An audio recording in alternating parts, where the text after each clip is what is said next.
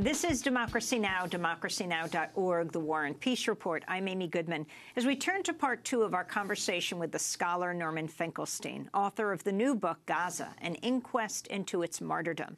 The book is being published as Israel is facing a possible International Criminal Court war crimes probe over its 2014 assault on Gaza, which killed more than 2,100 Palestinians, including over 500 children.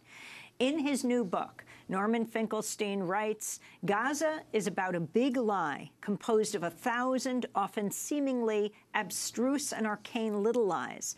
What is the big lie about Gaza, Norm? The big lie about Gaza is that it's an aggressor, that Gaza is aggressing against Israel and Israel is reacting in self-defense. It's a double lie. The first lie is most of the Israeli attacks on Gaza don't even have anything to do with Gaza. So if you take Operation Cast Lead in 2008-9, why did Israel attack Gaza? Not because of Gaza, not because of anything Gaza did. The Israelis were very honest. This is revenge for Lebanon. In 2006, Israel suffered a major defeat in Lebanon against the Hezbollah, the party of God. And then Israelis began to panic. They're losing what they call their deterrence capacity. And their deterrence capacity simply means, it's a fancy technical term for the Arabs' fear of us. And they worried because the Arabs no longer fear them after this, not a ragtag guerrilla army, but it's not a big thing either. It's about 6,000 fighters, the Hezbollah at the time was 6,000 fighters. And they effectively inflicted the defeat on the Israeli invaders of Lebanon. And so they were looking for somewhere where they could restore what they called their deterrence capacity. They didn't want to tangle again with the party of God, with the Hezbollah, so they targeted Gaza. It had nothing to do with Gaza. The notion that they're defending themselves against Gaza.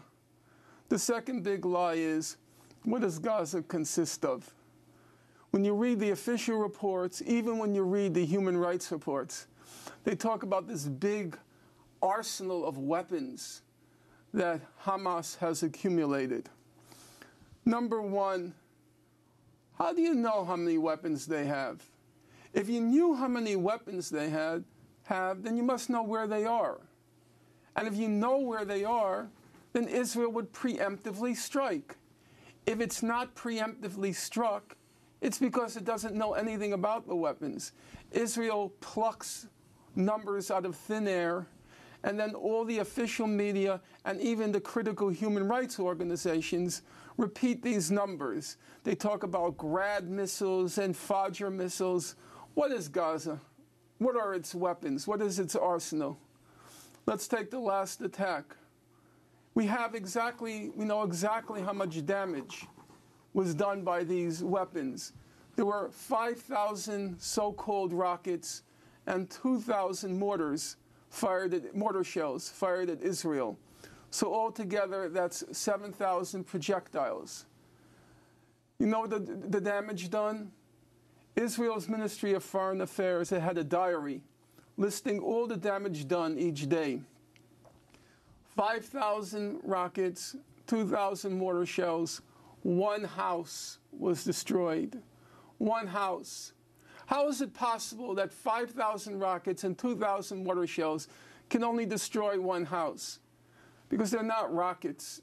They're fireworks. They're enhanced fireworks. What do you mean by that? Well, they're not rockets. The problem is that Hamas and Israel have a mutual stake in pretending they're rockets. Hamas pretends they're rockets so it can show its people armed resistance works. See how afraid they are of us? And Israel pretends they're rockets so it can say we're acting in self-defense. But they're not rockets. They're just enhanced fireworks. Even if you factor in Iron Dome, okay? I don't have the time to go into the details, but your listeners, or some of them know, because you had... Explain what Iron Dome is. Iron Dome was their so-called anti-missile defense system. And they claimed that one of the reasons so little damage was done was because of their technological wizardry, namely Iron Dome anti-missile defense system. Number one, Iron Dome was only located near the major urban centers of Israel. Number two, only 840 rockets were fired towards those major urban centers. Number three, Iron Dome, according to the official Israeli numbers, it deflected about 740 of those rockets. According to Theodore Postel, who you had on your program, the expert on anti-missile technology from MIT, he said its efficacy rate was about 5%, which means it deflected about 40 rockets. But let's even take the Israeli numbers. Let's say it deflected 720 rockets. Let's take that number. That still leaves thousands and thousands and thousands of rockets which weren't deflected. 40% of them landed in the border area where there was no Iron Dome. So how can it be that only one house was destroyed? Because they're not rockets. So why does Hamas do it? Why does Hamas do it? I think part of it is because their, so to speak, claim to fame is they're an armed resistance. They want to distinguish themselves from the Palestinian Authority. So they claim we're still resisting. Number two, I think they really believe their own propaganda, because they see Israel saying, these rockets, they're causing us, so much damage and destruction and so forth. I think part of it, you have to remember, no offense to them, but they live in a hermetically sealed society. Most of the Hamas leaders, they're just recently out of spending 10 years in jail, 15 years in jail. They're very inexperienced because Israel eliminated the first line, the second line, the third line of the Hamas leadership. So don't attribute, great strategic thinking to them. They're living in this tiny, isolated, hermetically sealed enclave. And I think they actually have internalized a lot of the Israeli propaganda. Explain what happened in first Operation Cast Lead, 2008-9, and then Operation Protective Edge in 2014. And you referenced this in the first part of our interview, but in terms of casualties, in terms of the timing of these two attacks? Well, I don't want to go over ground that we've already looked at. So let me look at the salient points for the purposes of, an interview. Number one, Operation Cast Lead begins December 26th, 2008, ends January 17, 2009, what Amnesty International called the 22 days of death and destruction. There's a ceasefire implemented in June 2008. Israeli official and unofficial organizations say Hamas was careful to respect the ceasefire.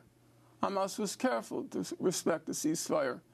Israel, however, it's preparing for its attack on Gaza to revenge Lebanon. When all the pieces are in place, they spent about a year of preparation. When all the pieces are in place, they need a pretext. Well, they look around for a pretext, and they wait till November 4th, the historic election when Barack Obama is voted into office. They know all the cameras are riveted on the White House, riveted on the United States, and then they go in, kill 6 Hamas militants, knowing full well that there's going to be a reaction. And from that point on, it descends into tit for tat. And then on December 26th begins the assault. It ends January 17th. And for that time, it was by far the biggest Israeli massacre committed against Gaza. And you have to bear in mind, I'm not sure how vivid your memory is, even mine is beginning to fade on it. And I study it, pretty closely. Public opinion radically shifted against Israel after Operation Cast Lead. It created a huge international uproar. There were, believe it or not, the casualties, the number, the death, the destruction. What was? There were about 6,300 homes that were destroyed.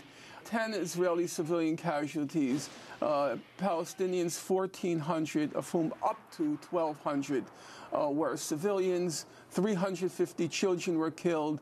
They estimate about 600,000 tons of rubble were left behind. And there were about believe it or not, there were about 300 human rights reports issued on what happened. And if you look at the proportions in my book, you'll see on Operation Cast Lead, it's exhaustively documented across 4 chapters, large chapters, because there was a huge amount of information. And it climaxed in the Goldstone Report.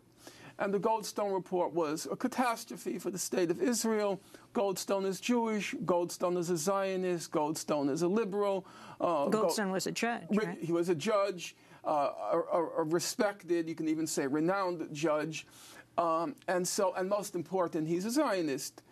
He's on the board of directors of the Hebrew University in Jerusalem, and so on and so forth. And now he came out with a report that said the purpose of Cast Lead was to punish, humiliate, and terrorize the civilian population. Total disaster for Israel. And so Israel goes at him ferociously.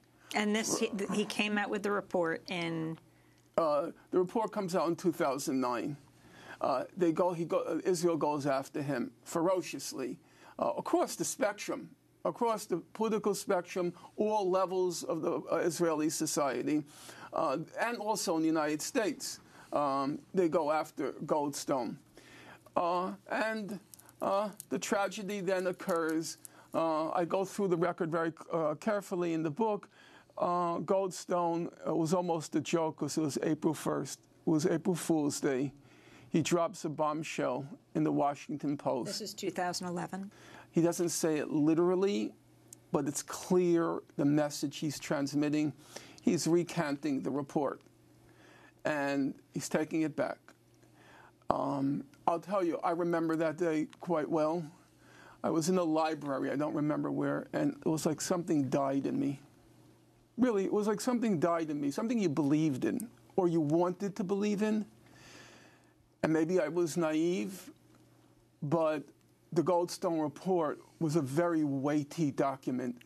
At one point, Benjamin Netanyahu said, we're facing 3 existential threats: Iran, Hamas and Hezbollah rockets, and the Goldstone Report. And it was a very big problem for them. You might recall, this was the point when Tzipi Livni visited the UK.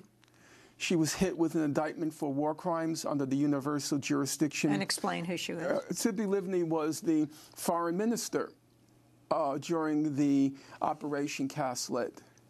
And she was a really wretched human being. The day after Cast Lead, the day after it ended, January 18th, she went on Israeli television, Channel 10, and she boasted, we carried on like real hooligans in Gaza. She boasted, we went wild in Gaza. I ordered it. I'm proud of it because they're so brazen. They're so brazen because they have the United States protecting them, and they carry on with this kind of impunity. And then along came the Goldstone Report. It was like an uh-oh moment, because it seemed as if, for the first time, they were finally going to be held accountable. And that's why they went mad, the Israelis. They had to stop Goldstone. He claims he recanted because new information had become available since the publication of his report, but I go through it systematically in the book. No new information became available, and then the question is, well, if no new information became available, why did he recant? One possible explanation is because all the pressure that was being put on him by the Israelis and on his family. They tried to prevent him from attending his grandson's bar mitzvah in South Africa. Goldstone is South African. That's one explanation for reasons which I can't go into now because it requires detail. I don't find it plausible. I think he was blackmailed. It's the Mossad. They're an effective spy organization. Everybody's got skeletons in their closet. And if you don't have skeletons in your closet, a relative does. Goldstone's daughter did Aliyah. She's an Israeli citizen. I think he was blackmailed. That's where the evidence points. John Dudgard, the respected human rights, he's considered the father of human rights in South Africa, extremely principled guy. He's actually the real thing. He's a principled liberal. There is the Phil Oakes song, Love Me, I'm a liberal, about hypocritical liberals. He's the real thing. He's a real principled liberal. And has been very principled on this particular issue. And he wrote a very devastating article the day after the recantation. And he said, the truth of why Goldstone recanted will go with him to his grave. Then, after that, the Israelis started to go after a lot of people. You might recall the case of Robert Bernstein, who was the founder of Human Rights Watch. Then he started to attack Human Rights Watch to try to, so to speak, defang them. He had his own bombshell. He dropped, I think it was in the New York Times, I could be mistaken, attacking Human Rights Watch. So all the pressure is now being put on the human rights community. They start going after human rights, respected jurists like William Shabbos, Christian Tomushat. All of them had to drop out. They were supposed to be on commissions investigating Israeli crimes, for example, during Operation Protective Edge. And they are from? UN. They were UN officials, but prominent jurists, respected jurists. All of them had to drop out because Israel started to dig up dirt. And everybody's got dirt to be dug up on. We know that. So now the human rights community begins to panic. Enters into panic mode because the Israelis they're just out of control now. And you saw the result after Operation Protective Edge. I'm not happy to have to say it. It's the shortest chapter in the book. You know why? There were no human rights reports. Human Rights Watch published for Operation Cast Lead in 2008-9, it published 7 quite substantial reports. After Operation Protective Edge, it published one tiny report, of 15 pages.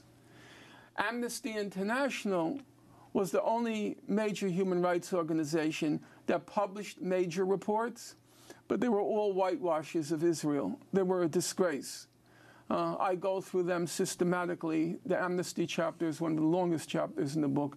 Just going through it, as I said, Gaza is a big lie composed of tiny lies, and there's no option except to go through it point by point and to show.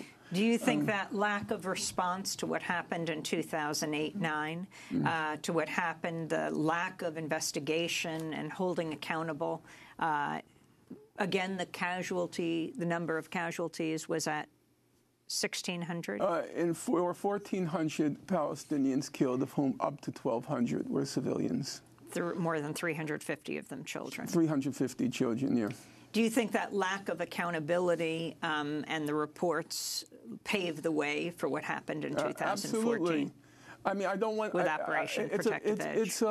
It's a harsh thing to say, but it was Richard Goldstone that allowed Operation Protective Edge to happen, because the Israelis were very worried after Operation Cast Lead.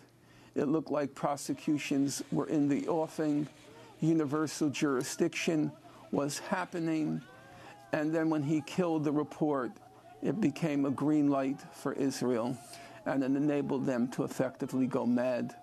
You also write that the Obama administration, as well as Hillary Clinton, tried to undermine the Goldstone report. Look, the Obama administration played a really wretched role in all this. Let's just take the obvious examples. Operation Cast Lead, it ends on January 17th. Now remember, Obama was elected in November 2008. Operation Cast Lead ends January 17th, 2009. Obama didn't say anything after he was elected. Do you know why it ends January 17th? Because Obama signals to the Israeli government, don't mess up my inauguration, January 20th. I don't want any distractions. You got to end the operation. That's why they end it. Now, you go to Operation Protective Edge 2014. Every day, Obama or one of his officials said, Israel has the right to protect itself. Israel has the right to protect itself. As Israel is leveling Gaza, there was no comparison between Protective Edge and Cast Lead. It was so much worse. The interesting point is, for our purposes with Obama, how does it end? Do you know how it ends? On August 3rd, Ban Ki-moon comes under all this pressure because Israel keeps bombing UN UNRWA schools, which have been turned into civilian shelters. Explain how long Operation Protective Edge went on for. Yeah, Operation Protective Edge, all told, went for 51 days. Operation Cast Lead, 22. Operation Protective Edge, 18,000 homes destroyed. Operation Cast Lead, 6,300. All the figures, they're on a much higher. And the number of people killed in Protective Edge? Protective Edge, it's 2,500 killed, of whom 1,600 were civilians. 2,200 killed, of whom 1,600 were civilians. More than 500 children. 550 children were killed. And August 3rd, what happens? Ban Ki-moon, that comatose corpse, he finally comes out. There's so much pressure. You don't have to do ad hominem attacks on people. No. These people are wretched. So Ban Ki-moon, when he was UN Secretary General. When he was UN Secretary General, he does all the bidding for the United States when it comes to Israel, Palestine.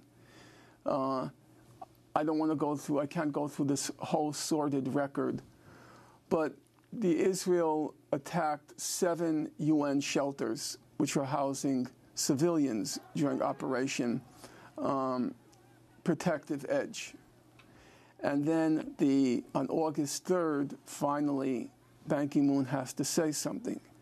And he says, this is a disgrace, this is outrageous, attacking civilian shelters.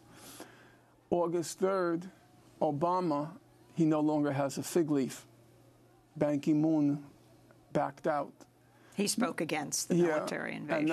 And now Obama's alone on the world stage. So August 3rd, the same day, Obama attacks Israel for the shelters, bombing the shelters. And now Netanyahu, the day before, August 2nd, he says, I'm not leaving Gaza. After Obama says, you can't do this, he leaves. Same day, August 3rd. Now, it is true, it did go on for another 3 weeks. It went on for another 3 weeks because you entered into the negotiation period, where Israel always brings in its most force to try to extract the best terms. But then there was also, you will probably remember, the beheading of the American reporter. And when the American reporter was beheaded, all the cameras again switched. You're talking about the beheading of James Foley by ISIS in Syria. Yeah. And then the camera switched again, just like with the Malaysian airline incident. And so Israel brought on full force, and then it ended August 26th. Technically, the war was over. But then Obama had the power if he wanted to. Instead, he was coming out and talking about how no country in the world would tolerate rockets being fired at it. No country in the world would tolerate these terror tunnels, and just giving Israel all the pretexts it wanted. Well, explain the examples that were used. The terror tunnels, the rockets. Explain the terror tunnels and what they were. let's be clear about the facts. There were not terror tunnels.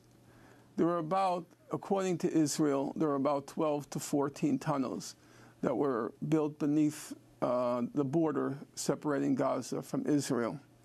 Now, here are the facts, and the facts are not trivial. Number one, the UN Human Rights Council report found, and respected Israeli journalists, Israeli military people, they all said the same thing. The tunnels did not target civilians. Every time Hamas militants emerged from the tunnels, they had firefights with Israeli soldiers. They never went to the kibbutzim. They never targeted civilians. They weren't terror tunnels. My guess is, it's speculation, that they were trying to capture an Israeli soldier to do what they did with Gilad Shalit, to have a prisoner exchange. But there was never a question of them targeting civilians. It was interesting what happened. It was the Israeli propaganda backfired on itself. When it started to say they were targeting civilians, the so-called terror tunnels, the civilians fled. They got scared that there were going to be these Hamas terrorists emerging from these tunnels and killing them. And then they refused to return home. And when they refused to return home, Israel decided, well, we got to tell them the truth, that they're not targeting you, in order to get them to come back. Same thing happened with the Hamas rockets. They kept talking about how these Hamas rockets are terrorizing Israel, how these Hamas rockets are an existential threat. Well, what happened? It was the tourist season. It was July, August 2014. And then Israel's tourist industry took a nosedive. So they realized, we better stop talking about these terror tunnels. They're killing our business. And we better stop talking about the Hamas rockets. They're killing our business. So you remember what happened? They had Mayor Bloomberg go over to Israel and say, everything is fine here. There's no danger. We should open up Ben Gurion Airport, because you remember Ben Gurion Airport was closed briefly because a quote-unquote Hamas rocket landed nearby. He said he flew in to show it's completely safe. So each time their propaganda backfired, then the cat came out of the bag, and they told the truth. In the lead up to the Israeli military invasion of Gaza was the killing of the 3 Israeli teenagers. Yes. Explain what happened in June of 2014. What happened was, in June 2014, a rogue Hamas cell captured and then apparently almost immediately, we don't know for certain, but almost immediately killed the 3 Israeli teenagers. Now, the information we have, for example, I quote J.J. Goldberg, who's the former editor-in-chief of The Forward, and I know you've had him on your show, Goldberg. He said that Israel knew from day one the kids were dead. But they claimed to be going on a search operation. And explain who killed them. As I said, it was a Hamas cell. We don't really know much more than that. Apparently it was a senior Hamas person in Jordan who gave the order, but the Hamas officials in Gaza had nothing to do with it. But then Netanyahu used it as a pretext for launching what he called Operation Brother's Keeper, which was killed several Palestinians, rampaged businesses, rounded up, I think it was about 1,000, I could be wrong, but I think it was about 1,000 Palestinians in the West Bank, many of whom had been freed in a former prisoner exchange, rounded up and sent them back to prison. And then the tit-for-tat began with Gaza. It quickly descended, and the Israeli assault began. And how do you know that Netanyahu knew that these young men, the 3 teenagers, had been killed almost immediately? Right. As I said, you can only quote what the sources tell you. And people there were several sources that said, Israel has a very efficient intelligence operation. First of all, the whole Palestinian Authority works with them. So they're all working in cahoots. And it's not a big place. And it is, for what it's worth, all U.S. direct aid to the Palestinian Authority, the direct aid, it's, I think, $36 million. It all goes to the security services. The security services were trained by Jordan. They're a very efficient operation. It's not rinky-dink anymore. They're a real terror organization, the Palestinian security forces, professional torturers, and so forth. So it's not implausible that with their security apparatus working with Israel and all of the collaborators, the spies, the informal collaborators and spies, that they would find out. And Goldberg says, and Goldberg obviously has no axe to grind, he's the former editor-in-chief of the Forward, says that Netanyahu knew almost immediately that the kids were dead. The fear was that they would be used for another prisoner swap, and that didn't happen. And then the full-scale assault on Gaza began. So in part one of this conversation, you talked about the former Israeli soldiers who gave the most vivid descriptions of what took place. Now, I was going to say an Operation Protective Edge, but even before we get to the description of that attack that they gave, how are those names come up with? Operation Cast Lead, Operation Protective Edge. It seems as soon as you use that word to describe what's happened, that already is clearly a propagandistic word that justifies what's taking place. Well, actually, they were disappointed with Operation Cast Lead. I guess it's taken, I forgot, I go through it in the book, but my memory escapes me now. It comes... I remember right before the U.S. invasion of Iraq, the U.S. was coming up with these kind of names, and they were going to call it Operation Iraqi Liberation. But then they had a problem because the acronym was OIL, oil. But how are these names come up with? Well, they have a very sophisticated, they call it Hasbara, which is translated as public diplomacy. They have a very, what we would translate as official propaganda. They have a very effective propaganda agency. In the case of Operation Cast Lead, they already were preparing. As I said, they knew they were going to attack for about a year. They had to make sure all the pieces were in place. And one of the pieces was their propaganda. And they created an organization. It was 6 months in the making. And a part of it is to come up with these names. And a lot of people comment on how there's a kind of, you might call it immaturity about the names they choose. There was a series called Hot Winter, or I can't remember, but all of these kinds of bizarre names. But the important point, I think, is you can laugh and you can ridicule, but the propaganda is very effective, because it's what stays with you. If you take Operation Protective Edge, the three takeaways are the terror tunnels, the Hamas rockets, and the Iron Dome. There were no terror tunnels, there were no Hamas rockets, and there was no Iron Dome. The three main images that were projected they were just media creations. They were just propagandistic devices.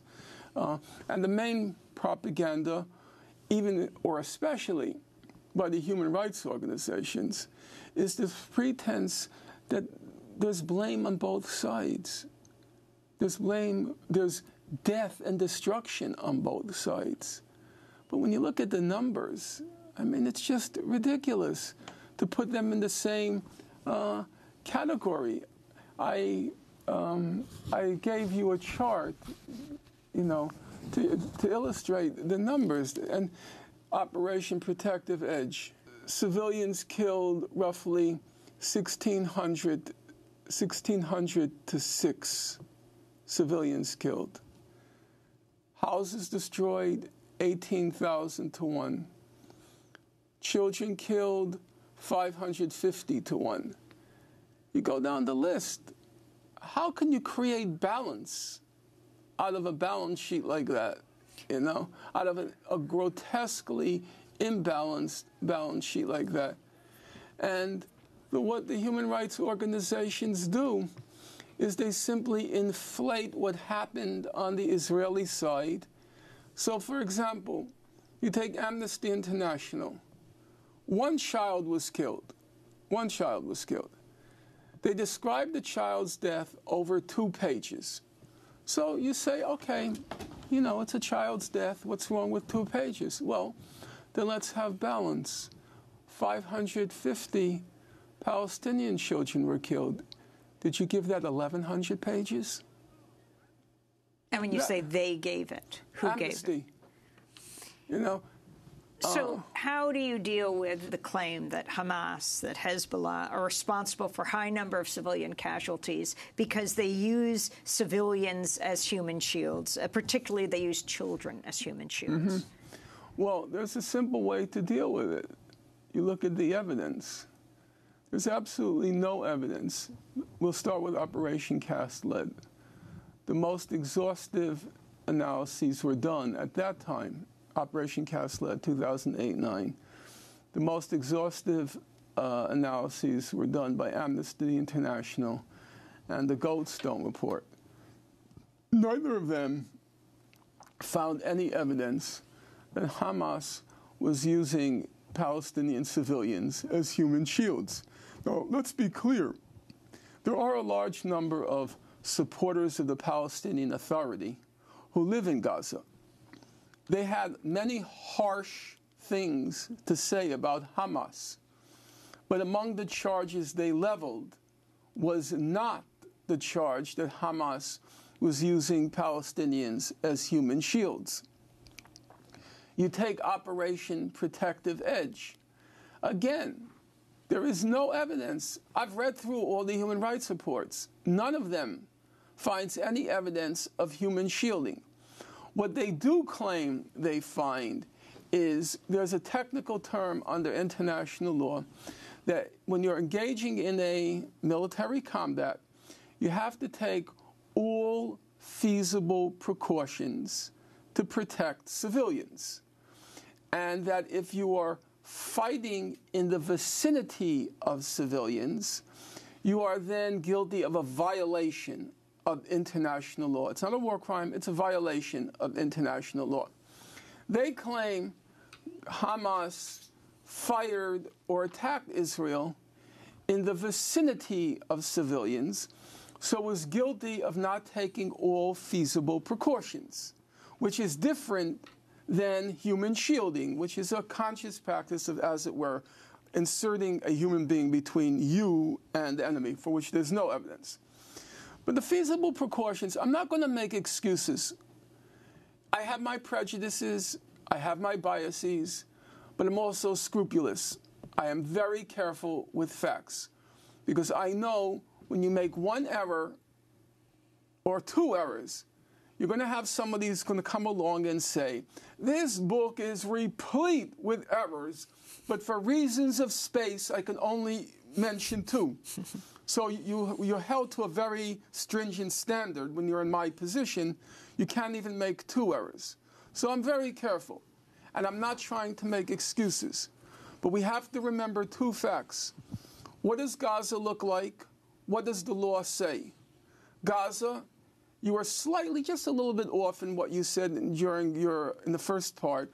It's not the most densely populated place in the world, but it's among the most densely populated. It's more densely populated than Tokyo. And so it's very difficult to wage an armed struggle and not be around people. Number 2, the law says all feasible precautions. If you're living in a densely populated area, then there's not much feasibility. And so you have to show not only that Hamas fighters were in the vicinity of civilians, you also have to show they had no other option. And none of the human rights organizations were able to do so. But then Amnesty says something outrageous, in my opinion, outrageous. You know what it says? It says that Hamas should go to open areas and fight in the open areas of Gaza. Now, on its face, that might sound reasonable, except for, number 1, there are very few open areas in Gaza. Number 2, the law does not say you have to do that. The law does not say you have to relocate all your troops in an open area. But then, number 3, Gaza is not occupied internally by Israel. Gaza is surrounded by Israel, and it's an occupation that is executed externally. So here's the problem. Explain that. Well, Israel will always say Israel doesn't occupy Gaza. They pulled out in 2005. It controls the airspace. It controls the exits, controls the entries, controls the water space. There's a sea blockade of Gaza. It controls everything. You know, it's the equivalent of a jailer throwing the keys to the prisoners in the cell. They get out of the cell, great, we're free. Except the jailer then walks out of the prison, shuts tight the prison gates, surrounds the prison. Well, is that free?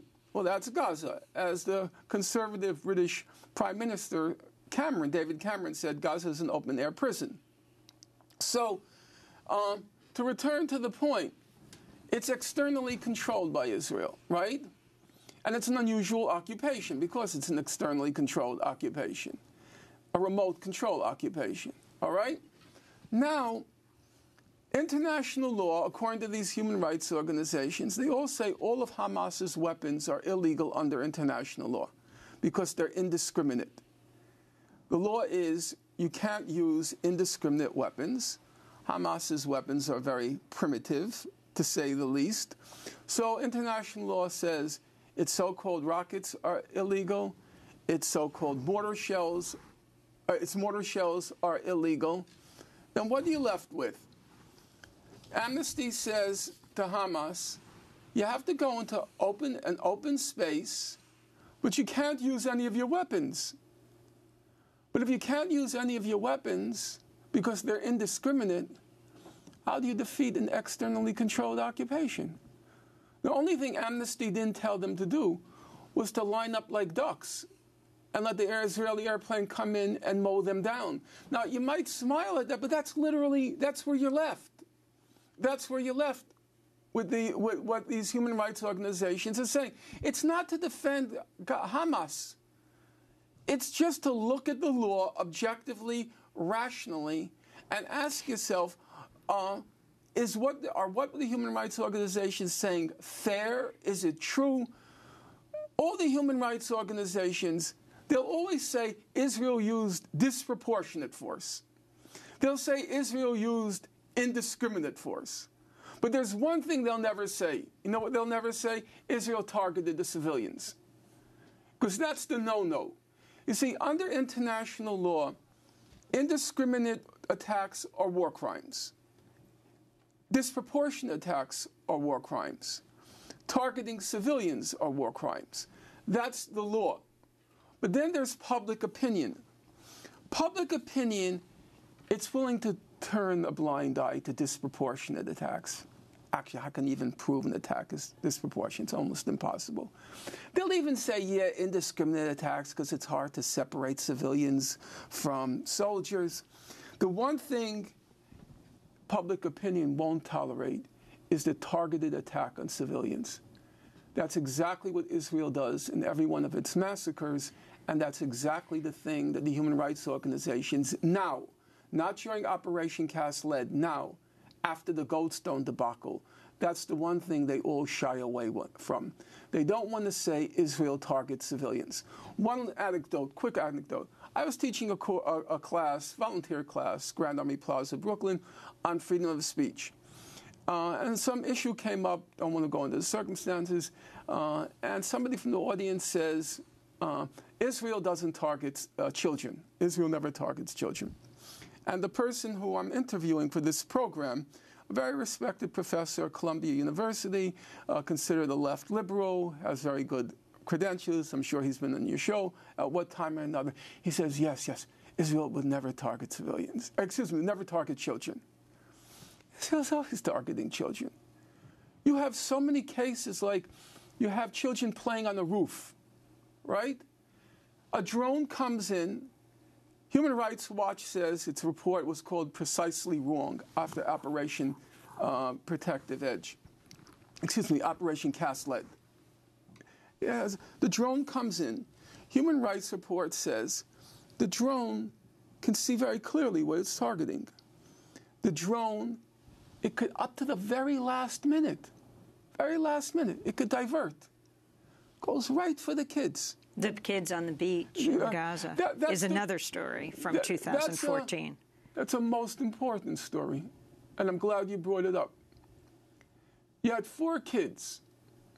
They were playing hide and seek around a fisherman's hut, a dilapidated fisherman's hut. There were hundreds of reporters on the beach. Well, it was right in front of a reporter's hotel. Yeah. Everybody sees what happens. 4 kids, diminutive, hut, dilapidated hut. Israel kills the 4 kids, right? With a strike. Yeah, it was, I think, from a naval a boat. So what does the UN Human Rights Council report say, the one by Mary McGowan Davis? Israel didn't take all feasible precautions. All feasible precautions. There was no battle going on. There was no combat. There were only children there. We don't know why Israel mistook these children for militants. What do you mean you don't know why? Why do you assume they did? Why do you assume they did? It was the same thing with the fellow in the paraplegic who they shot in the head. You probably remember, you might remember, 2002. Tamimi, 17 years old. Yeah. Operation Defensive Shield, outside Jenin. There's a fellow sitting in a wheelchair. He has a flag, holding it, a white flag. An Israeli tank comes and just runs right over him, the guy in the wheelchair, right? You might recall when I had a debate with Alan Dershowitz, I said, well, Human Rights Watch documented it, Amnesty International documented it. It didn't happen. And that's a large part of American Jewry over the age of 50. And yet it didn't happen. It's interesting that it happens, but it didn't happen. It's interesting that you say over the age of 50 yeah. because American Jewry is changing their opinion on Israel. Talk about younger people and talk about overall public opinion here. Well, there's a very simple way to put it. Who is President Trump's main ally in the world? It's Netanyahu. 80% of American Jews find Trump a loathsome creature. And now they have a real problem. The main ally of this loathsome creature is the Prime Minister of the State of Israel, an amazingly popular Prime Minister of Israel who's been in for a very long time. And now this is a real conflict for American Jews. Does being loyal to Israel mean we have to be supportive of Trump? It's a crisis of values. And it was happening before Trump as well. Oh, yeah, it was happening before, but now it's quite... We'll talk about young people. Yeah, there has been, you would say, there have been several turning points, beginning with the 82 Lebanon War, then the First Intifada, then the repression during the Second Intifada, and then significantly, as I said, after Operation Cast Lead. Public opinion, and in particular among young American Jews, public opinion has been shifting, I wouldn't say against Israel, I would say away from Israel, which is different. Jews have an ethic, which I kind of understand, and I'm not exactly immune to it, about not airing dirty laundry in public.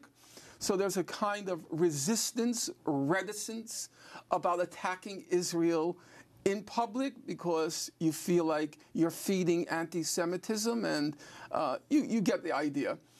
So they're not going to publicly, in large numbers, en masse, publicly denounce Israel. But they're not going to talk about it anymore either, and they're not going to support it, unless, of course, it's an existential issue. And that's one of my big differences, if I can mention it, with the BDS. The thing is, when you start... The boycott, divest, sanctions movement. When you start threatening Israel's existence, whether it's through physical destruction or let's call it demographic destruction, then Jews become very defensive. You know, that's a red line. It's a red line. If you say end the occupation, American Jews will support it. If you say Israel shouldn't be committing crimes like it did in Gaza, most American Jews are going to, be willing to go there. But if you say eliminate Israel, no, you're not going to get. Then you're going to get resistance. Mostly now, you're going to get a slow drift into indifference. A slow drift, it's not a subject anymore. Incidentally, just as a point of fact, because I go back far enough, in the 1960s, before the June 67 war, Jews never talked about Israel. It wasn't a topic.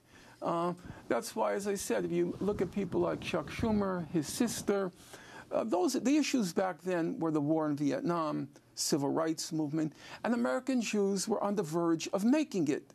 You were about to conquer the inner sanctums of American power. They were smart, they were ambitious, and they knew that they can do it. They didn't care about a backwater called Israel. So this whole Israel phenomenon and obsession is relatively new among American Jews, and now I think it's fading. Israel has become like the slightly meshuggah, Yiddish for crazy, the slightly meshuggah aunt in the attic. You don't really want to talk about Israel anymore. You said when you talk about the BDS movement, when you talk about eliminate Israel, they're not talking about eliminating Israel. Well, as I said, there are different ways to put it. You can talk about physical destruction. You can talk about demographic elimination. And so if the BDS platform were to be implemented, they talk about, let's say, 7 million Palestinian refugees coming back to Israel. Right now, the demographics is in the state of Israel. It's about 15 to 20% non-Jews. If there were a full implementation of the law of return, the right of return, there were a full implementation of the right of return, the demographic balance would shift roughly 70% Palestinian, Arab, 30% Jewish. And you're not talking about the occupied territories. Well, if you take the total picture, it's about 50-50 now. If you bring in, if the refugees are returned en masse, then of course, again, the demographic balance is going to shift radically. And so that would be, I'm not saying I support it or not. That for me is an irrelevant issue. Because politics is not about your personal preference. Politics is about what's possible. And I'm saying that prospect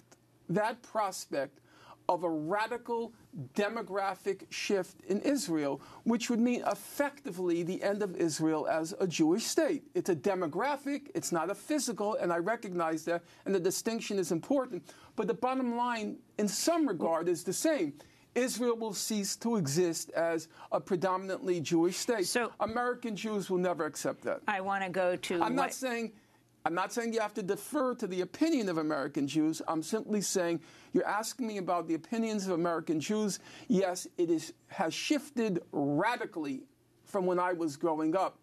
However, there is a red line, and the red line is Israel is a Jewish state. So let me go to, in the last few minutes we have, Israel publishing a blacklist of 20 different organizations they will not allow into Israel right now. We're talking about groups like Jewish Voice for Peace, American Muslims for Palestine, Code Pink, the American Friends Service Committee, as well as Palestinian solidarity groups in France and Italy and Norway, Sweden, Britain, Chile, and other places.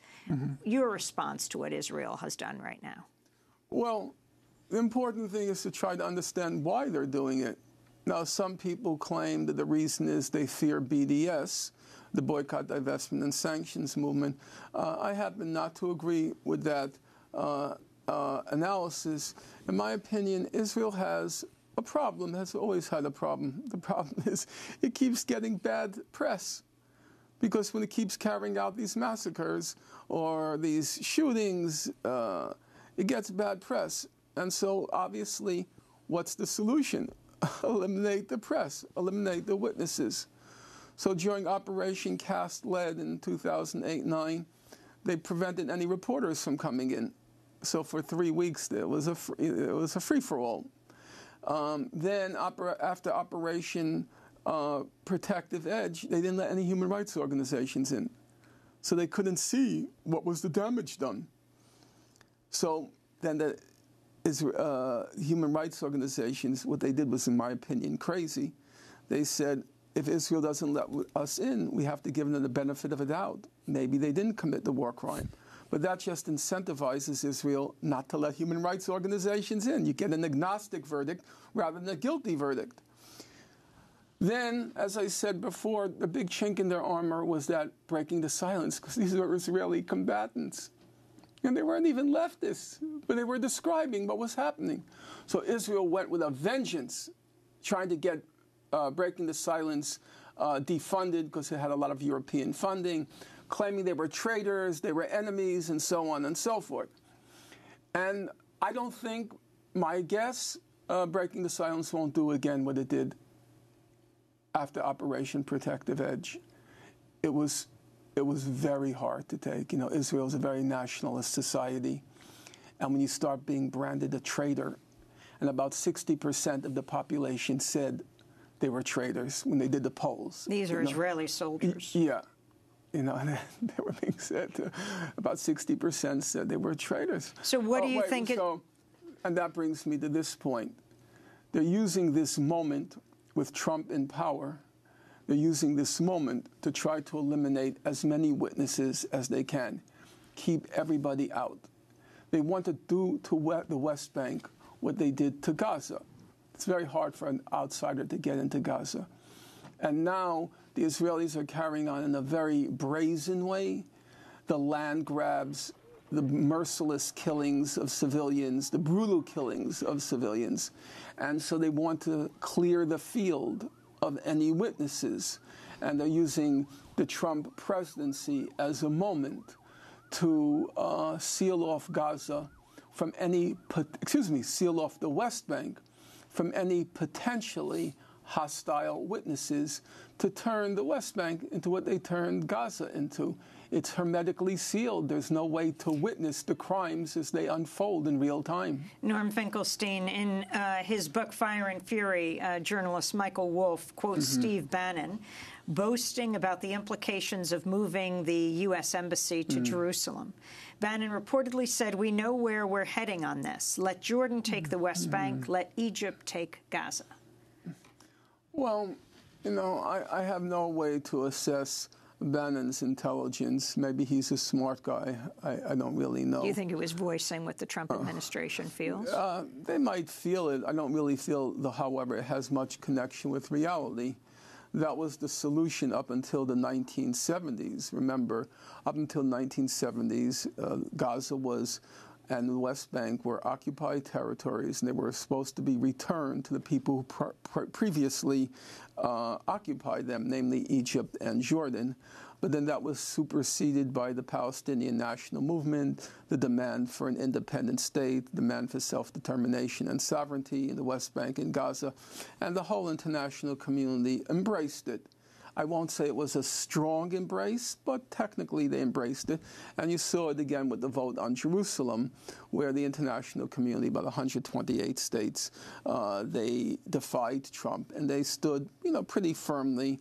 There were some retreats, but not so important to discuss, stood fairly strongly in favor of the solution they've been advocating, which is Israel's withdrawal from the territories occupied. I don't think Trump's announcement, personally, I don't think it's going to have much repercussion because historically the major acts which have had enduring repercussions, the Balfour Declaration in 1917, the Partition Resolution in 1947, they were the product of a lot of deliberation, a lot of back and forth. And by the time they were promulgated, the Balfour Declaration, the Partition Resolution, they had a huge institutional force behind them. In the case of Trump, it was like a crap deal in Las Vegas. Adelson, I'll do it, what the hell, And those kinds of actions don't, in my opinion, are not likely to have an enduring effect. And in fact, the result was it kind of, the international community dug in their feet that we're not going to acquiesce to Trump's unilateral move. Norman Finkelstein, you conclude your book by quoting Helen Hunt Jackson, a late 19th century American critic of our policy, of the U.S. policy towards Cherokee Indians, saying, "There will come a time when to the student of American history it will seem well-nigh incredible what was done to the Cherokee." You then write, "Is it not certain that one day the black record of Gaza's martyrdom will in retrospect also seem well-nigh incredible?" Yeah. When I was finishing up the book, it's a funny thing about writing. I remember once you used the expression, we were talking privately about something, you used the expression of reaching critical mass when something suddenly changes. I forget what the context was in what you were saying. And that's like me when I'm writing. I walk around thinking about, getting very agitated, and then suddenly I just go down and I start writing, It's there. And I wrote the conclusion very quickly. For me, unusually, it was, I think, only 1 or 2 drafts. Usually I'm a perfectionist and go through it. And at the end, I thought about, what's happening here? It's like, how could that be? How can it be that you have this medieval siege for 10 years? There was a period where Israel prohibited chocolate, chips, chickens, chocolate, chips, chicks, from entering Gaza on the grounds of security. How could that happen? And these people are just languishing there in the face of the whole international community. And I thought to myself, remind me of it was a very nice book. It was called A Century of Dishonor by Helen Hunt Jackson. She writes it at the end of the 19th century. And she describes how the United States just broke all the treaties.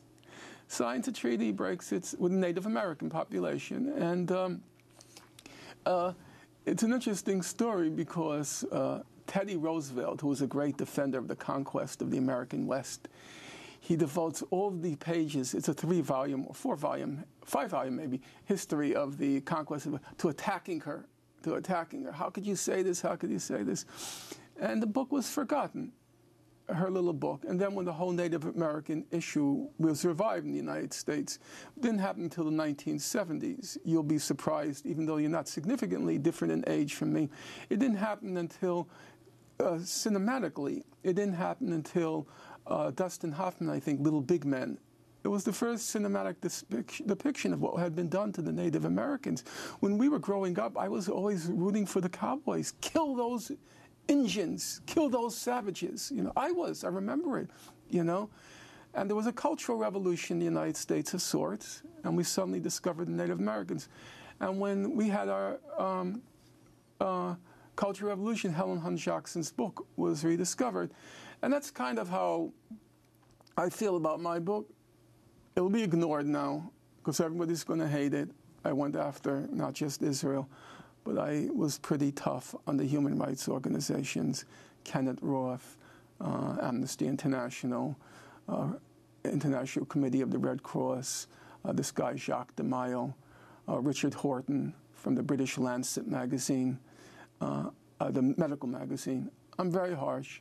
It'll be ignored with the exception of Democracy Now!, a couple of others. I'm aware of that. But I'm kind of old-fashioned. I believe in memory. I believe these things should be remembered. It's the only thing you can do for the dead, is to remember them. And so for me, the book was in large part, I wanted to sit in the bookshelf, which is why I asked the university press to publish it, because libraries nowadays. And the photograph on the cover will end there. Well, I spent a lot of time trying to find a photograph. It was a Jewish woman who took the photograph from Gaza. She was in Gaza. And I wanted it to be simple. I wanted it to be stark, simple, stark. I can't remember the third thing. And I felt it captured it, the Describe essence. it. It's a picture of a Palestinian woman from Gaza, and she's holding her dead baby, and the baby is wrapped up in, I guess, white cotton cloth.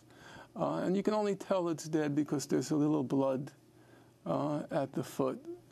And I've not been to Gaza a lot. I've been there, I think, twice or three times.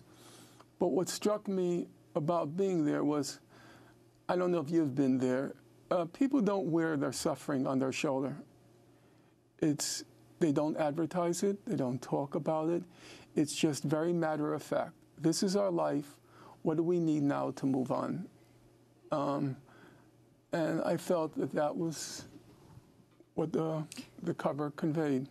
Norman Finkelstein, author, scholar, his new book, Gaza, An Inquest into Martyrdom. To see part one of our conversation, you can go to democracynow.org. I'm Amy Goodman. Thanks so much for joining us.